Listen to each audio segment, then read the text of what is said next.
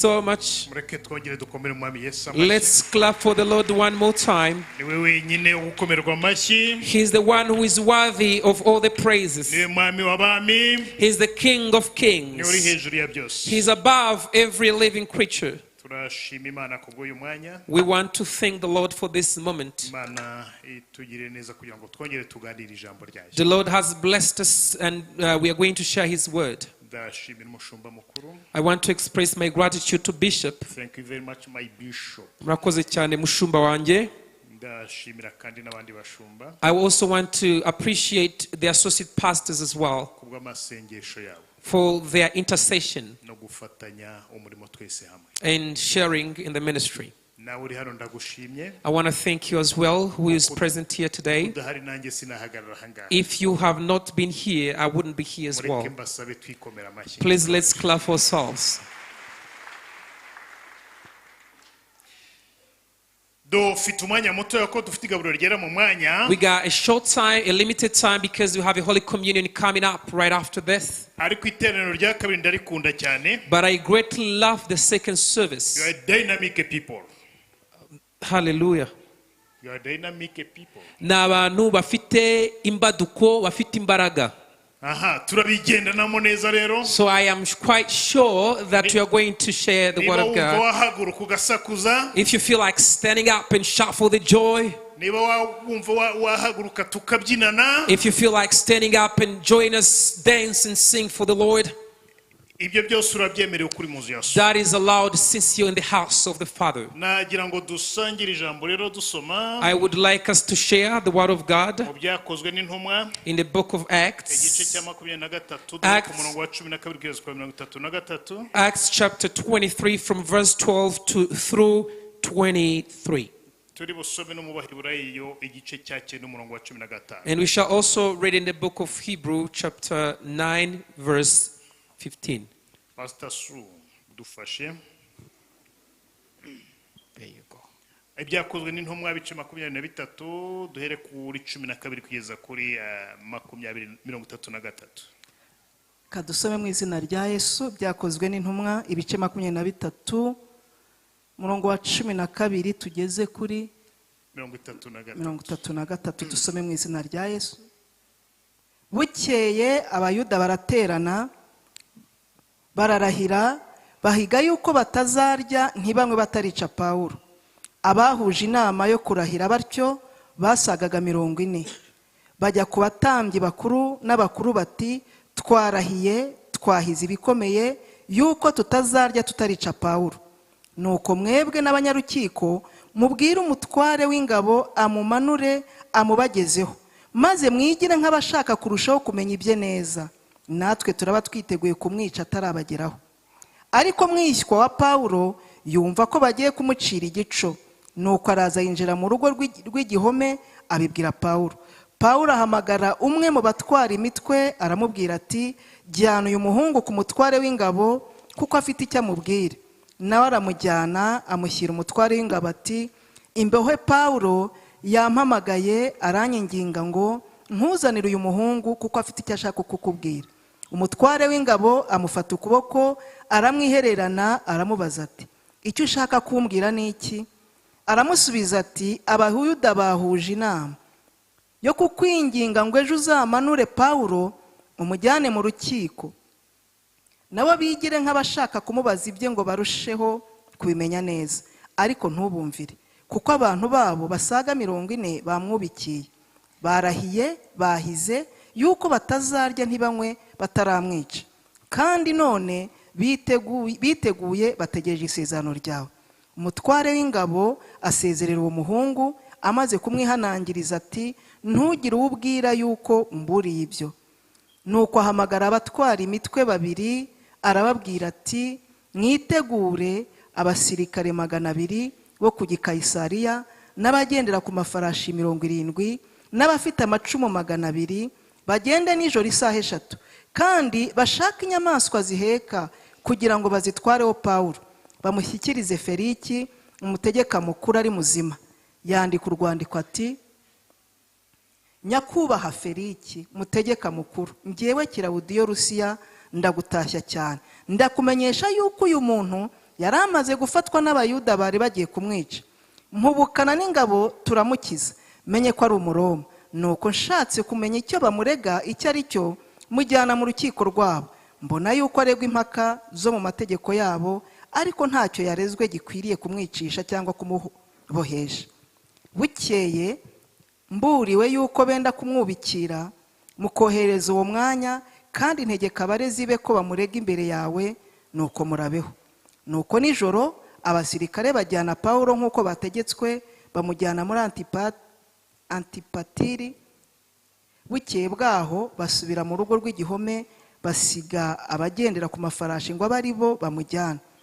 Abo bageze i Kayisariya baha umutegeka mukuru rwa rwandiko, bamushyikiriza na Pawulo. Amen. Amen. Dusome no mu Baheburayo igice cya 9 umurongo wa 15. Hebrew 9:15. Abaheburayo igice cya 9 umurongo wa 15, dusome mu izina rya Yesu. Kubw'ibyo nicyo gituma abo muhuza w'isezerano rishya, kugira ngo abahamagawe bahabwe ibiragwa bidashira byasezeranyijwe, ubwo habayeho wapfiriye gucungura abacumuye, bagitegekwa n'isezerano rya mbere. Amen. Amen. Amen. Tongere dukomere umwami Yesu amashyi. Let's clap for the Lord one more time.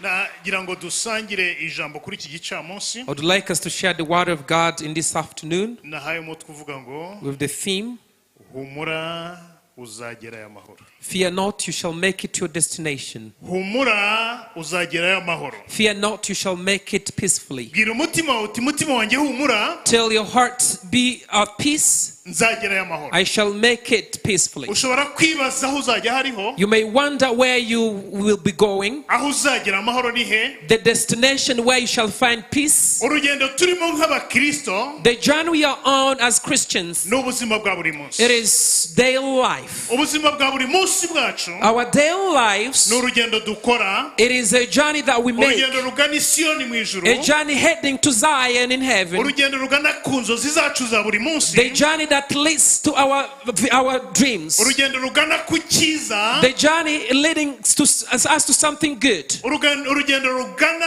ruva mu mushinga twateguye rugana ku mperezo zawo. the journey that begins from a certain point and leads to a certain destiny. N'urugendo rw'amashuri twiga. It is a journey of education that we take, Urugendo rwa business dukora. education of a journey of the business that we do, N'urugendo dukora uko bwije uko a bukeye. journey that we do day in and day out. Igihe cyose dufite intego mu buzima. Every time you have a purpose. Muri uru rugendo On this journey, wafata urwo arirwo rwose, whatever journey you might take, kaba gace cyangwa rurerure, whether short or long, iyo ugenda when you take a journey, byanze bikunzuhura na birantega. on the journey you face challenges. Byanze bikunzuhura n'imitego. No matter what, you face obstacles Imitego utatekerezaga or unexpected obstacles, cyangwa iyo waruzi or the one that you knew, ariko udashobora kwitegurira ako but kanya. you shall know, you cannot set off. Pawulo yaranditse The Apostle Paul wrote and mu said gitabo cya mbere cy'Abakorinto in the 1 Corinthians ibice 16 umurongo w'icyenda, chapter 16 verse ati 9, kuko nugurira irembo rigari rigana mu murimo, for I open a wide gates leading to the ministry, kandi abandwanya bakaba benshi. and those fighting against me, they are numerous. Nagira nkubwire muri aka I kanya want to tell you ko that bakurwanya bose those who fight against you urugendo urimo along the journey, ntabwo bazagushobora. they won't be able to prevail. They won't prevail because with Urugendo si Christ. urwawe, The journey is not ni yours. urw'umwami Yesu, It's the Lord's. kuko agufasha akaboko For He holds you in your ngo hand mugendane, so that you may walk muve together hariya mujye hariya. from one point to Iyo uri another. kumwe nawe When you're with Jesus, ntushobora kunanirwa. you cannot get Iyo uri weary. kumwe nawe When you're with Jesus, nta mutego utasimbuka. you can skip Iyo uri every kumwe obstacle. nawe, When Jesus, uragenda ukagerayo amahoro. you'll make it your destiny. Dukomere umwami Yesu My amashyi. hands claps to King of Kings. kandi uko mbabwira namwe mujye musubiza. And truthfully, let's try to understand. Turi muri communication. So we are communicating, it's reciprocal. Ko nimbabwira ntimunsubize ndakeka ko mutanyumva. So if I speak and then you don't answer, I think that you don't understand. Feel free if you want to stand and say hallelujah, feel free to do that. Or clap for the Lord so that I may know that we're together, right? The Apostle Paul, what we just read here, the first thing is that his former name was Saul. He was a Roman Pharisee. And he had a privilege to learn from the feet of Gamaliel. He was a very educated guy. He taught Paul everything related to the religion of the Jews. He also taught him the theology regarding that.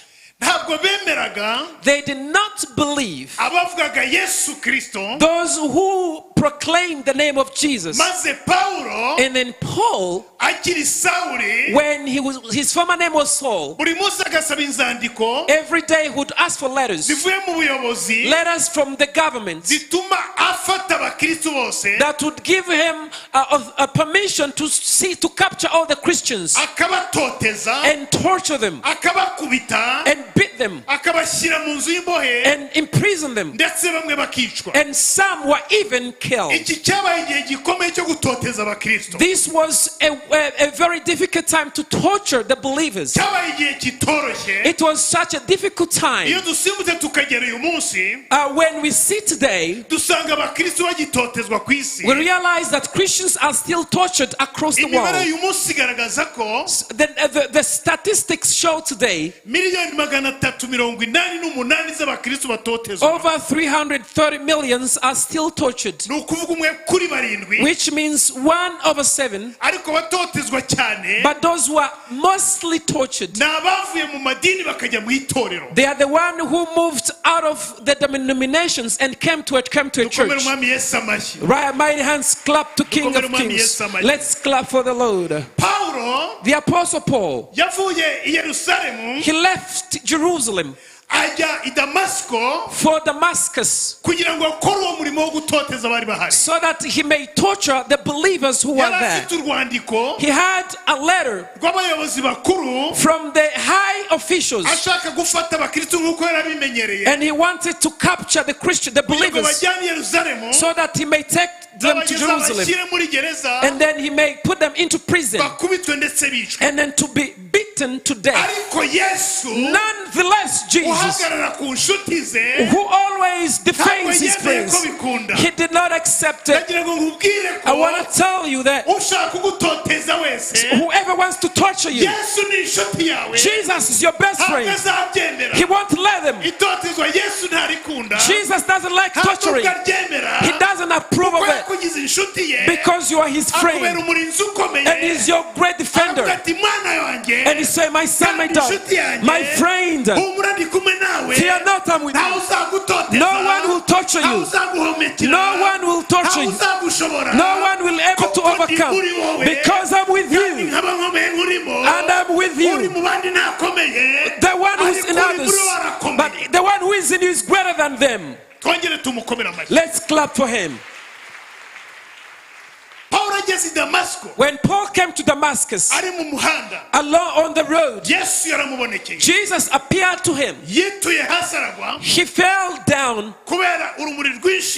because of the bright light. When he fell, he lost his sight. He had a voice from heaven. Saul, Saul, why do you persecute me? And he asked, who are you, Lord? I thank God I was able to know that it's the Lord. The word of God says, all the nations shall bow down before the Lord. Saul was torturing the Christians. He knew that he was called by the voice of the Lord. My prayer in this afternoon, it is that the voice of the Lord will call you and tell you how you're supposed to behave and what you're supposed to do and the time you're supposed to do it, because it is calling you and it's pleased. Saul, he was the only one who had a voice.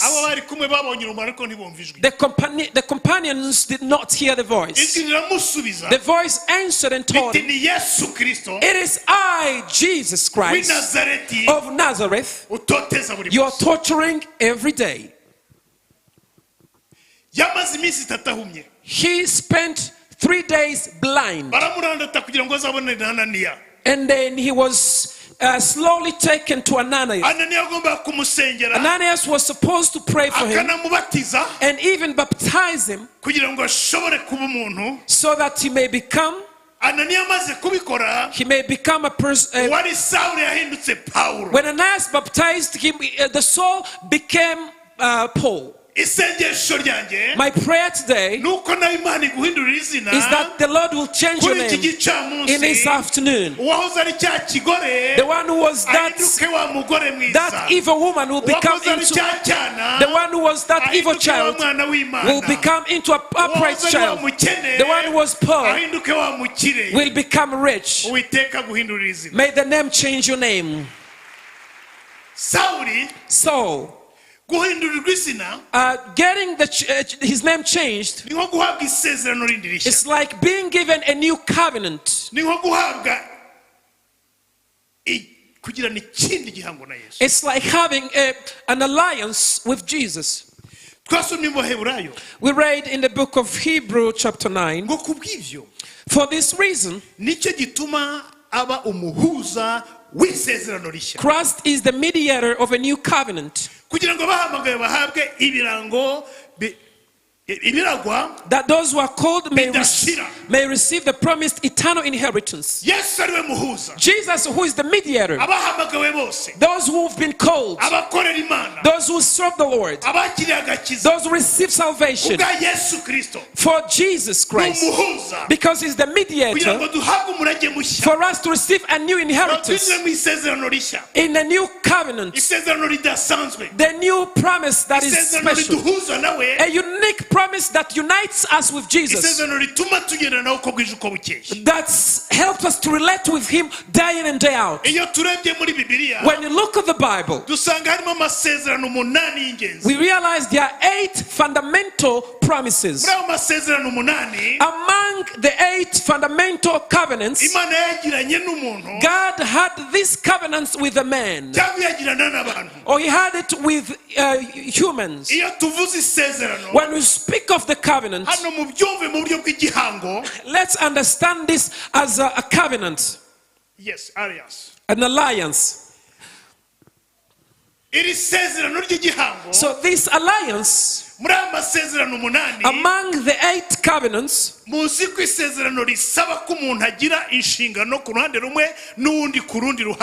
know that it requires 2 parties to have responsibilities, and they all have to fulfill their responsibilities. Some of the covenants do not have any responsibilities attached to them, but the responsibilities are on the side of the Lord, because they were given by the Almighty God himself. Other 4, it requires responsibilities from both parties, but the responsibilities from the part of the Lord, it is obedience and reverencing him. I want to go through them so that you may understand them. So the first alliance, it has to do with Eden. Edenic alliance that we find in the Genesis chapter 1 and 2. The alliance that was given to Adam and Eve. The second alliance is the alliance of Adam. Adamic alliance that is found in Genesis chapter 3, where Eve and Adam, they had messed with the first alliance, and the third alliance is of Noah. When the Lord had caused the flood, he swore and said, I shall not cause the flood again, and the sign should be the rainbow. Every covenant always has a sign. Amen. Amen.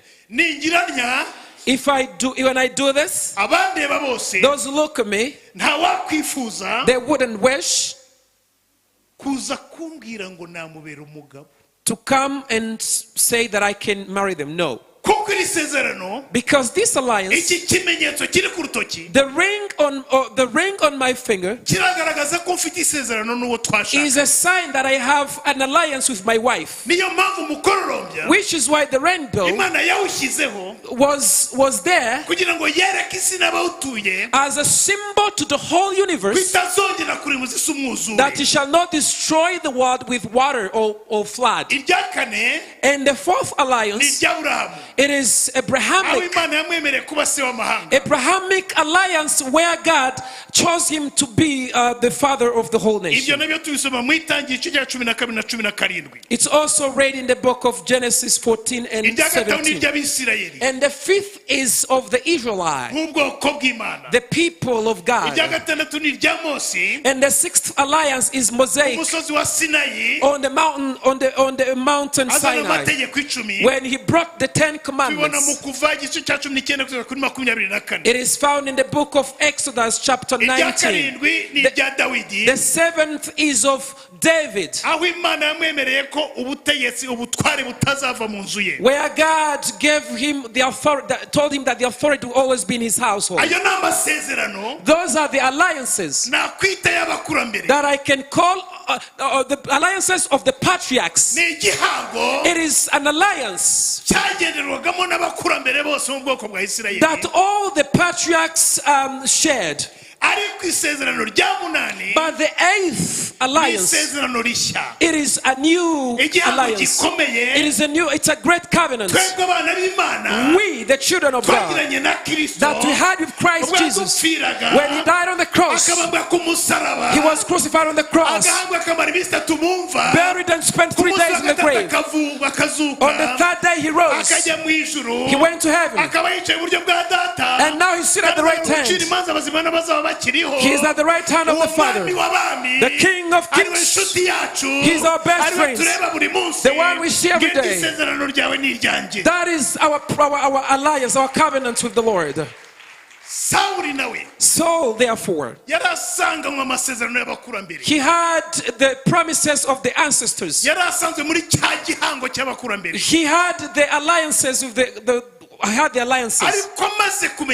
But after knowing Jesus,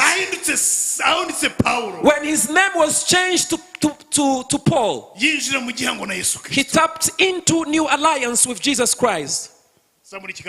Come on, somebody, lift up your hands for the Lord.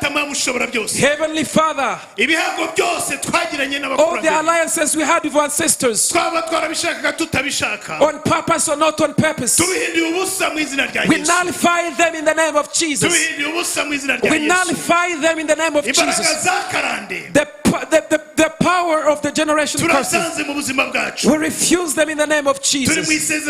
We are in a new covenant in the name of Jesus. Amen. Amen.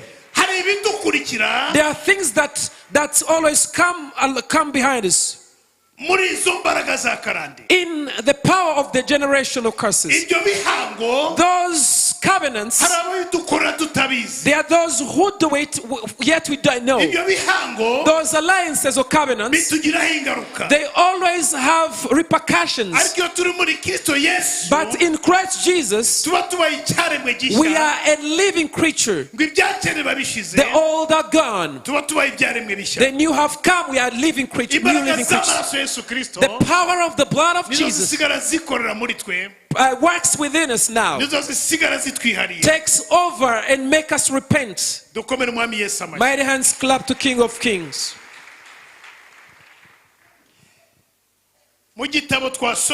So where we just read in the book of Acts, the Jews, they gathered and they bound themselves under an oath. They bound themselves under an oath, and they did not eat. They did 4 things. They wanted the demise of Paul. They gathered. They started conspiring. It is possible that there is a sect that is rising against you. It is possible that along this journey there might be people gathering, plotting against you. But I want to tell you, be of a cheer heart, because the word of God says, so yes, your enemies will gather, but it's not I who shall have gathered them. They shall gather coming against you in one way against you, but the Lord shall scatter them in 7 different ways. I want to tell you that fear not along the journey. You shall make it peaceful. Your enemies, they have no right against. They have, whether the demons or the evil, they have no power over you. The demonic power is not more powerful than the power of Jesus. It's not more powerful than the power of God. The one who called you that you may be his son or his daughter. May the hands clap to King of Kings. They swore, they took an oath. They swore, they took an oath. When somebody is given new responsibilities, they usually take an oath. When they are supposed to serve the country, they take an oath by holding a flag, so that they may show that they will be able to carry out the responsibilities they were given, and they have accepted. But I want to tell you that people who gathered and bound themselves with an oath that they shall hurt you, that oath is useless, not valid. The valid oath is the oath of the Lord. The oath of man is not stronger or powerful than the divine oath. And the divine oath nullifies the oath of man. The Lord took an oath and said that he shall bless you. He shall bless me. That is the only oath that we should receive as the children of God. That is the only oath we should trust. That is the only oath that shall enable us along the journey heading to heaven. Let's clap for King of Kings one more time. They bound themselves with an oath. Whoever took an oath to serve the country, whether in this country, they also have the plans.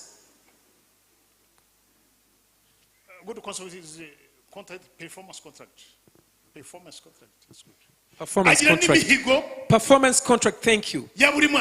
The yearly performance contracts. When they fall short, so when the year is over, when they haven't made it, they must give an explanation, an account why they did not achieve it. These also had their goals. They had aims. They fasted. They had vowed to kill Paul. We do fast, dusenga Imana, praying to God, dushaka umugisha. seeking blessing from the Ariko Lord. nagira ngo nkubwire ko But I want to tell you that hari abazima babi there are evil living people biyiriza who fast, basenga ibigirwamana, worshiping, praying idols, baraguza baterekera going into sorcery, kugira ngo bakugirire nabi. so that they may kill you. Ndagira ngo nkubwire ko I want to tell you izo therefore, mbaraga za Satani n'ingabo ze, the power, the demonic power, iyo mihigo ya Satani n'ingabo ze, the evil schemes of the devil, uko kwiyiriza kw'aba Satani the fasting of the evil people, ntacyo bizageraho. it will be nothing at all.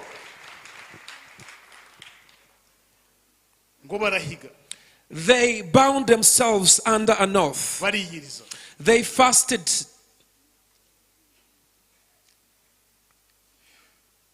Nujya umenya ko hari ibiguhagurukiye, When you know that there are things rising against you, ukamenya ko hari imiraba ihagurukiye ubwato urimo, you know that there are waves rising against the boat you're seated in. jya wegera ku ruhande usakuze Just go close and scream. uti Mwami Yesu, Shout and say, Lord Jesus, byuka, rise up, kanguka, wake up. ubwato bugiye The kurohama, boat is about to kanguka, mfite the ubwoba, boat is about to sink. I'm afraid. Kanguka. Wake up, I'm afraid. Kanguka. Wake up, Lord. Kanguka. Wake up. Yesu Jesus, ntakangurwa no kuvuza induru kwawe wiherereye, he's not awakened by you hiding, screaming in the hiding. Yesu ntakangurwa no kwivovota kwawe, Jesus is not awakened by you complaining. Yesu akangurwa n'urusaku rwawe rw'amasengesho. Jesus is awake because of the prayers of the saints. Intumwa zari mu bwato bugiye kurohama, Yesu asinziriye, The disciples were in the boat. The boat barasakuza, was about to drown, and they screamed. bakangura Yesu. They awoke Jesus. Nagira ngo ubuzima bwawe I want you in your life, wokamwe n'urusaku rw'amasengesho. just scream in prayers. Azakangura Yesu, The prayers will awake Jesus. Yesu acyaha imiraba, And Jesus will rebuke Yesu the acyaha umuyaga, Jesus will rebuke the storm. acyahe n'inyanja, He shall rebuke the sea, maze byose bituze. and everything will be still. Humura uzagera amahoro. Fear not, you shall make it peacefully. Twongere tumukomere amashyi. Shall we clap for the Lord one more time?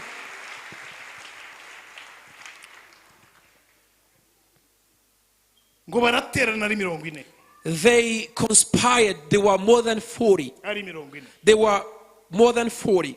Haza abasore batanu bihuse di hano. I need 5 young men. 40 baraterana, 40 of them gathered, batangira gucura ubwenge, and they started plotting. babwira abacamanza They told the judges ngo batumire Pawulo to call Paul bamwohereze ku mucamanza mukuru, and send him to the uwo mukuru judge, ngo bamwohereze so that they may send him. ngo bamufatire mu nzira. Then they would capture him along Mwigire the nk'aho way. mutabizi, Pretend as if you kugira don't ngo know, tumwicire mu nzira so ataragera. that you may kill him along the way before he comes to the court. Hari abantu rimwe na rimwe There are people sometimes baza bagasa nk'aho bari kumwe nawe, who seem to be with you. bakakwereka ko muri kumwe, They show that they are with you. bakakwereka ko mufatanije, They pretend to be with you, mufatanije ibyiza, sharing with you in good mufatanije things n'ibibi, and bad things. ariko bigira nyoni nyinshi, Yet they are pretentious. bashaka kuguhemukira. They are pretending they are Mu izina plotting against rikomeye you. rya Yesu Kristo, They are in the name of abo Jesus. bigira inshuti, Those who try to befriend you, imigambi yabo their evil schemes, tuyihindura ubusa mu izina rya Yesu, we nullify them in the name of tuyihindura Jesus. ubusa mu izina rya We Yesu, nullify them in the name of tuyihindura Jesus. ubusa mu izina rya Yesu. We render them invalid in the name of Jesus. Amen. Amen. Ijambo ry'Imana The word of God, riratubwira ngo nta ndwara baciriye kukurwanya izagira ikigutwara. it says, no weapon formed against you shall prosper. Rikongera riturimi rwose ruguhagurukiye, And says, every tongue shall arise uzarutsinda. that will attempt to rise against you shall overcome it. Zamura ikiganza cyawe, Lift up your hand. vuga uti Mwami Yesu, Say, Lord Jesus, nta ndwara baciriye kundwanya no weapon formed against izagira me ikintwara, that shall prosper. kandi ururimi rwose And rumpagurukiye every tongue that will rise against me, zarutsinda mu izina rya I shall Yesu, overcome it in the name of Jesus. zarutsinda mu izina I shall rya Yesu, overcome it in the name of Jesus. zarutsinda mu izina I rya shall Yesu. overcome it in the name of Jesus. Amen. Amen. Humura uzagerayo amahoro. Fear not, you shall make it peacefully. Amen. Amen. Oh, basore beza. Oh, how are you? Ah, you guys, very smart. Hari uwambaye inkangi impeta? Does someone have a ring? Uwiteka umwaka uta. I pray that next year you'll have your wedding.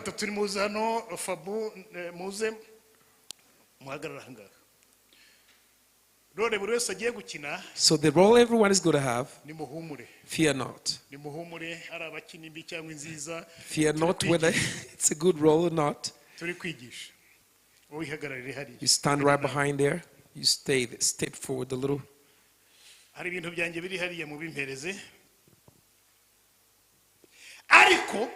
Yet, so the time they were conspiring, when they were plotting against Paul, so the nephew of Paul, he would hear all those evil schemes. When he heard those evil schemes, he went and told Paul, who was in the prison, Paul, he sent his nephew to go and tell the chief. So this chief in commander, the one who took him, he was the captain. Captain went to see the chief in commander. The commander here in the comment he tells us that had more than 1,000 soldiers. Those who plotted against Paul, they were 40. These ones, they are the one conspiring against Paul. They are the one plotting against Paul. So when they were conspiring, the nephew to Paul, I think he was with them. I think. Because when people are conspiring, they usually go in the hiding place. They went to the hiding place, and people outside cannot hear them. I want the God that you serve, when people are plotting against you, may He put somebody, a spy, a friend, who shall hear and come and tell you how you shall pray. So the nephew to Paul, we can compare him to the Holy Spirit. The Holy Spirit, every time people plot against you, so he can hear all these evil schemes. After hearing all these evil plots, we'll go to the Father and say, Father, your son, your servant, they are plotting against him to kill him. And God says, the word I said, it is enough. They shall come against you in one way, but they'll be scattered in 7 ways. Their plans will be nothing at all. That's the first speedy answer. The second answer, God says, the army against him, they are fewer compared to mine. I'm sending my armies. They are numerous. They are going to die on your behalf. Because you're my genuine son, I shall give so many armies, and they shall die on your behalf. These were 40s conspiring. But the commander sent the armies fighting on the land, more than 200. The cavalry, 270. And sent others fighting with spears. All those were 470 armies, and sent other swift horses, the one that Paul was supposed to ride on. The Bible says horses, not a horse, which means Paul, he rode on one horse. Other horses were ridden by the guards. Let's clap for the Lord. The commander told them, go at night and take Paul. At 9, take them, carry them. I am quite certain that if commander had sent him even during the day, 470 armies facing 40 men, they would do nothing. They would stand and surrender. They would surrender and salute. They would salute him. Nonetheless, the commander decided to send him at night.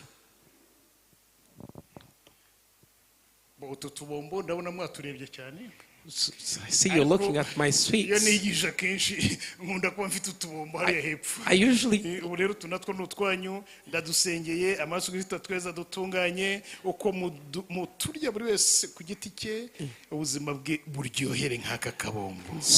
teach with these sweets so you can take these lollipops.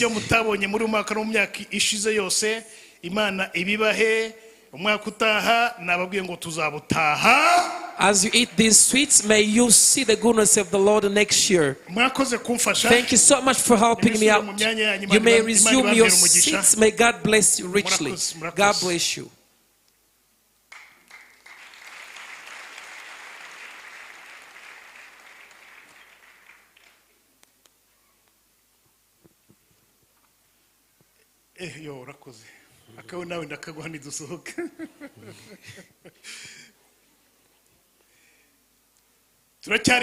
We're still together. Let's clap for the Lord.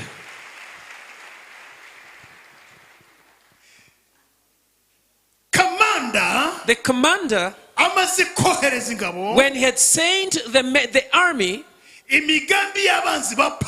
the evil schemes of the enemy of Paul met with the helper of Paul. All the evil plans that men may have against you, whether the living people or the demons, whether the devil and his agents, those evil plans, they shall meet with your advocate. So your advocate, Jesus Christ, and there will be nothing, they will be rendered invalid. There will be nothing before the Lord. There is something more beautiful in here. Verse 27.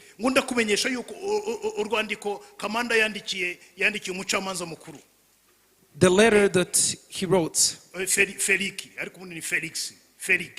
Ferik.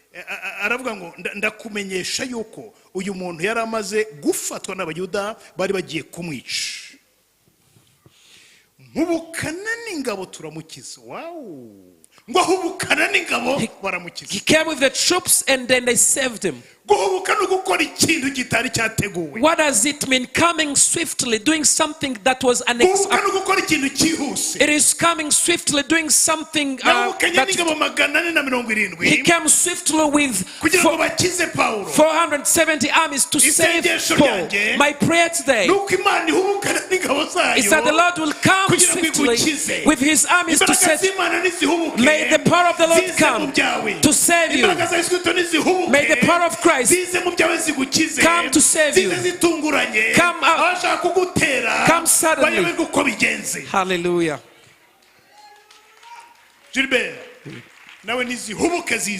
Amen.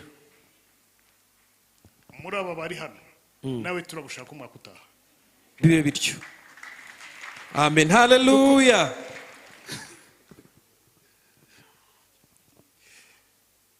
Amen. Amen. Oui. Wabyumvise neza cyane. Tangira witegure. Mbirimo. Gilbert birimo. Gahunda y'umwanzi. So the plan of the enemy kumukristo on a believer People can conspire, yes. The evil living people who do not want you to prosper. People can conspire. By the demons can conspire rather. People can conspire. It can come in a form of sickness. It's possible. It can come in a form of poverty, in form of barrenness. It may come in a form you delaying getting married. But I want to tell you, all those will do nothing to you. Since Jesus Christ is on your side, and you shall make it peacefully. The commander, he sent the army at night. So at night there are so many things that happen there. Both good and evil. The sorcerers and night dancers, they do it at night. I want to tell you as a believer, the weapon you have is a prayer. There are 8 good times that you can have to pray. 4 good times during the day and 4 good times at night. Every time has 3 hours. If you have, you can take like 10 minutes and then pray for the first hour. You get to nullify the evil schemes of the enemy. The first division starts at 6 and goes all the way to 9. And then from 9 to 12. And then from noon to 3 p.m. 3 p.m. it is the time of grace. It's a time of miracles. So whatever you pray for, you are walking in the grace of Jesus. So the blood that was shed on the cross, Lord Jesus, he overcame, the one who overcame death. And I want your miracle. I want your grace. The problems, come and carry them, Lord. And the 4th division, 4 to 6. When the dawn comes in the dusk. So the one starts from 6 to 9. And then 9 to 12. Midnight. In other words, another day begins. It is midnight. That's when we start now counting the hours. That is the hour. The sorcerers, the devil, they are conspiring. They are conspiring evil schemes. We together. So when you look at time and count even the minutes, mostly that meeting starts at 12:15. If you can pray and pray at midnight and you pray for 15 minutes, even 20, you get to nullify the plans of the enemy. So then you have scattered the meeting, because the words you utter, these are words full of fire. It is a burning sword that scatters the devil and his armies. That meeting, it is followed by going to the field, and the armies that have been sent, they go to the battlefield to fight, to start the battle at 3 a.m. So if you can pray at that hour, it will be much better. Let's clap for the Lord for that.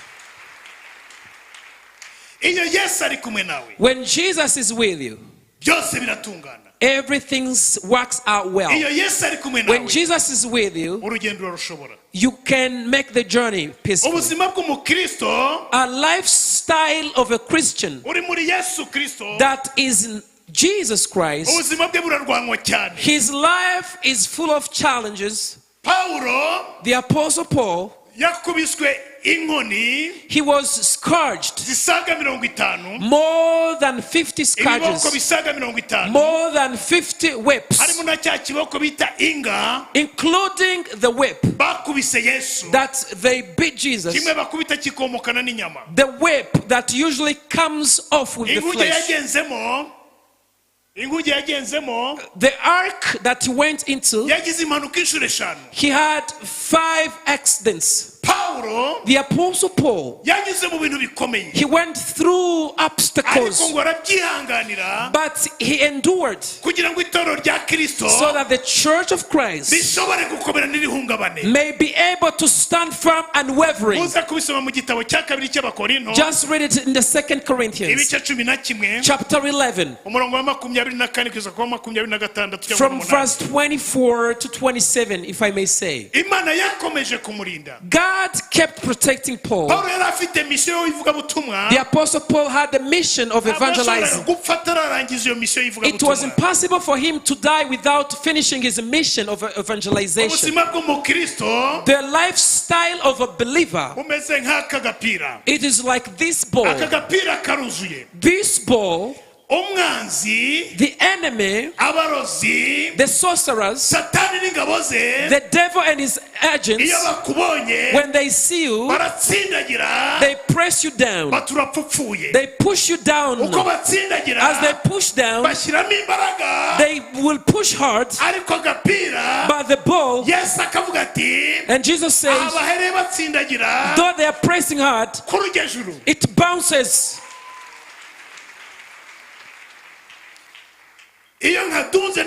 When I bounce it, it bounces back, even goes higher. Jesus says, you don't stay down as they wish. You shall bounce back and go high. You shall even go higher and beyond. Your life is like this ball. Your life is higher because Jesus is lifting it high. Your life will not stay down. That is why I say, do not fear, you shall make it. When they realize it is impossible to press you down, we shall bounce it, but it's going to bounce up even higher. So let's try the next time. If we bind him into the water, surely he shall die. He shall drown and go to the Hades. Stay in the hell. When they try to bind you and then they release, instead of staying at the bottom of the sea, the ball will bounce above the water. It shall be like the ark of Noah.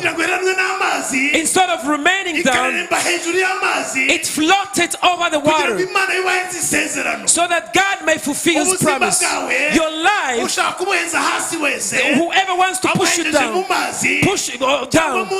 or under the water, they will not be able to do it.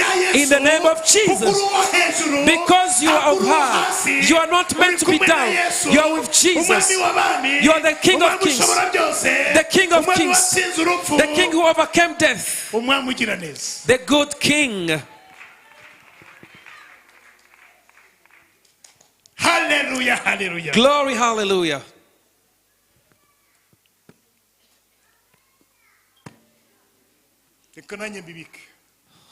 Let me close my Bible. I want us, the choir, the backers, please.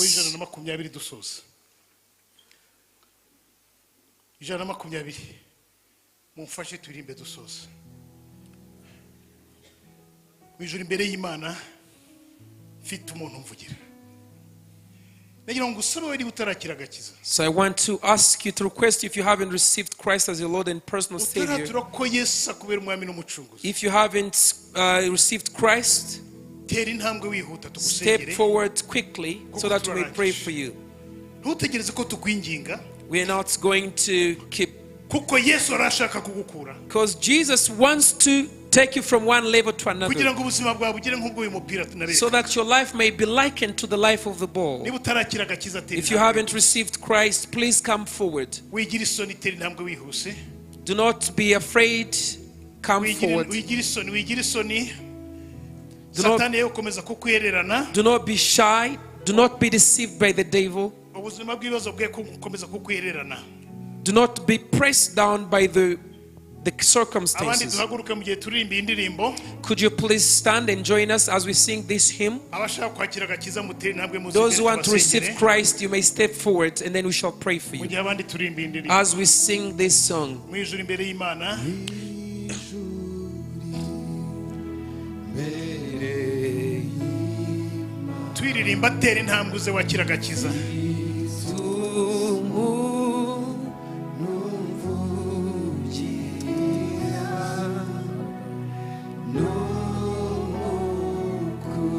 Twese turirimbe duhagaze twese, turirimbe duhagaze twese.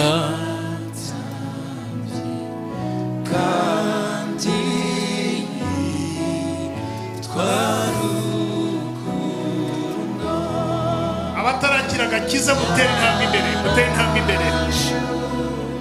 Kwizina ryanjye ririku mutima we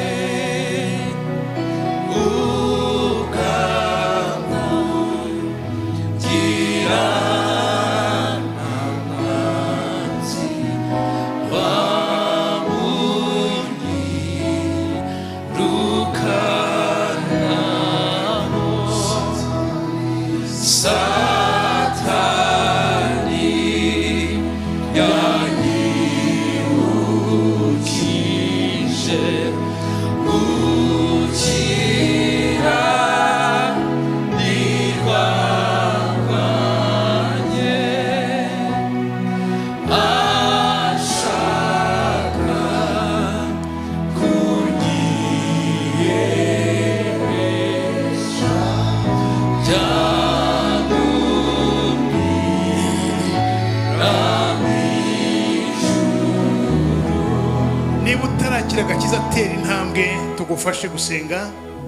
If you haven't received salvation, please step forward that we may pray for you,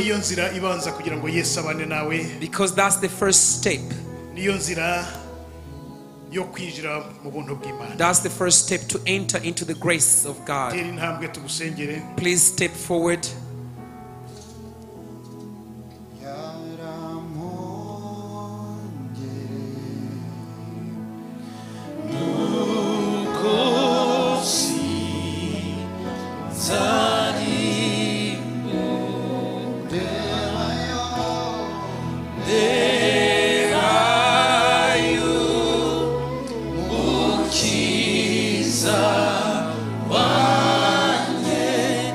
Wow.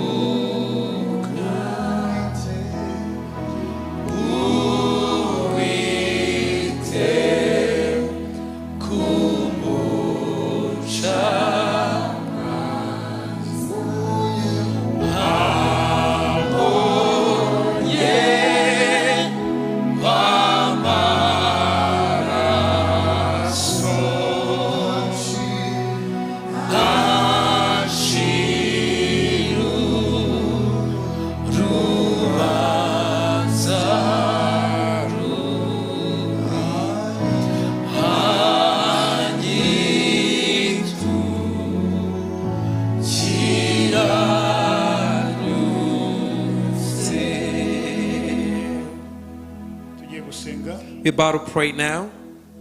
ariko iyi ni inshuro ya nyuma This is the last time. nesista mbisubiramo. I insist. Niba uzi ko utarakira agakiza, If you haven't received Christ, ngwino dufatanye isengesho. please step forward and join us in Ntabwo prayer. uzi ibiza kuba nyuma uvuye aha You ngaha. don't know what might happen afterwards. Ntabwo uzi icyo satani yateganije. You don't know the schemes, the evil scheme of the enemy after ariko umwami this. Yesu But the Lord Jesus, arashaka kukwiyereka. He wants to manifest to you, to show Himself to you. Niba utarakira agakiza, tera intambwe. If you haven't received Christ, please move forward. Niba kandi twese twarakakira Imana ihabwe icyubahiro, And if we are all saved, glory to God. mureke dukomere umwami Let's Yesu clap amashyi. for the Lord.